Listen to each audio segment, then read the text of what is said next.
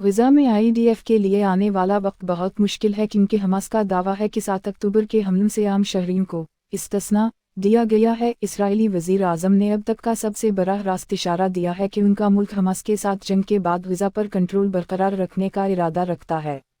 ڈری اسنا یرغمال بنائے جانے سے بچنے والی ایک نون نے اسکائی نیوز کو ایک جذباتی انٹرویو دیا ہے۔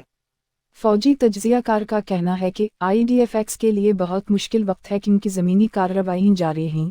ہم فوجی تجزیہ کار اور نیٹو کے سابق مشیر میجر جنرل چارلی ہربرٹ سے بات کر رہے ہیں۔ ان کا کہنا ہے کہ حماس کو تباہ کرنا انتہائی پرعزم فوجی حکمت عملی یا فوجی مقصد کی عکاسی کرتا ہے۔ ان کا مزید کہنا تھا کہ لیکن اس وقت ہمارے پاس جو سیاسی خلا نظر آتا ہے اس کے اندر ایسا کرنا اس میں حقیقی پیچیدگی کا اضافہ کرتا ہے۔ اب کی صورتحال پر نظر ڈالتے ہوئے وہ کہتے ہیں کہ اسرائیل نے غزہ میں نسبتاً آسانی کے ساتھ داخل ہونے میں اب تک اچھی کارکردگی کا مظاہرہ کیا ہے، لیکن اس کے آگے مشکل کارروائیاں ہیں۔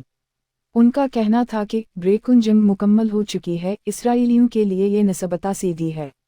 انہوں نے غزہ کو شمال سے جنوب کی طرف تقسیم کرنے اور غزہ شہر کو الگ تھلگ کرنے میں کامیابی حاصل کی ہے، جو شمال میں حماس کا مضبوط گڑھ ہے، اور ساتھ ہی ایک بختر بند دستے کو شمال کی طرف دھکیل دیا ہے۔ ان کوششوں کے نتیجے میں شمال میں حماس کے جنگجو اب غزہ شہر میں مؤثر طور پر الگ تھلگ ہو گئے ہیں۔ مجھے شبہ ہے کہ ہم آگے جو کچھ دیکھنے جا رہے ہیں وہ اسرائیلی افواج کے لیے کارروائیوں کا ایک بہت ہی مشکل دور ہے، اور ہم یقینی طور پر فضائی مہم میں شدت دیکھیں گے۔ ان کا کہنا ہے کہ وہ شاید شمال میں حماس کو شکست دے سکیں گے، شاید غزہ شہر پر قبضہ کر سکیں گے، سوال یہ ہے کہ اس کے بعد کیا ہوگا۔ یہ غزہ کی پٹی کا صرف آدھا حصہ ہے، ان کے جنوب میں اب بھی حماس موجود رہے گی اور امکان ہے کہ وہ اب بھی اسرائیل پر راکٹ داغ سکیں گے۔ شمالی غزہ میں دھواں اٹھ رہا ہے جب اسرائیلی فوج حماس کے خلاف برسر پیکار ہے۔ اسرائیلی فوج نے ہفتے کے اختتام پر کہا تھا کہ اس نے علاقے کو آدھا کر دیا ہے اور غزہ شہر کا محاصرہ کر لیا ہے۔ خوراک، ادویات، ایندھن اور پانی کی قلت ہے اور اقوام متحدہ کے زیر انتظام اسکولوں میں تبدیل ہونے والی پناہ گاہیں بھر رہی ہیں۔ اسرائیلی ذرائع ابلاغ کے مطابق فوجیوں کے جلد ہی غزہ شہر میں داخل ہونے کا امکان ہے۔ اسرائیلی حکام کا کہنا ہے کہ حماس نے جنگ بندی کی خلاف ورزی کرتے ہوئے 1400 افراد کو ہلاک کر دیا۔ حماس نے 1400 افراد کو قتل کرنے کے بعد غزہ کی پٹی کی طرف واپس چلے گئے۔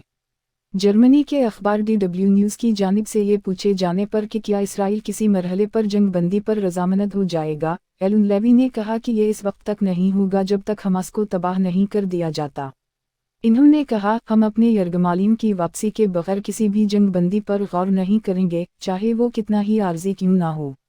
انہوں نے کہا کہ 6 اکتوبر کو جنگ بندی ہوئی تھی، حماس نے اسے توڑ دیا۔ اس نے 1400 لوگوں کو بے دردی سے قتل کیا اور پھر غزہ کی پٹی کی طرف واپس چلا گیا۔ جنگ بندی حماس کو قتل و غارت گری سے بچنے کا موقع دے گی۔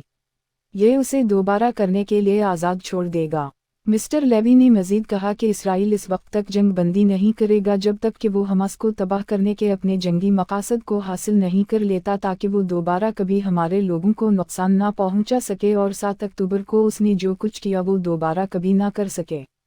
اس سے قبل اس نے کہا تھا کہ اس نے حماس کے ایک بڑے فوجی گڑھ پر قبضہ کر لیا ہے، جہاں اسے ٹینک شکن میزائل، لانچر، ہتھیار اور مختلف انٹیلی جنس مواد ملے ہیں۔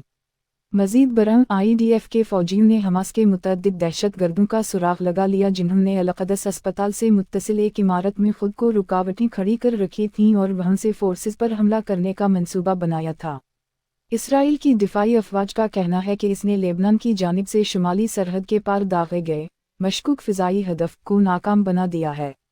کچھ دیر پہلے IDF کے فضائی دفاعی صف نے ایک مشکوک فضائی ہدف کو روکا جس کی شناخت کی گئی تھی۔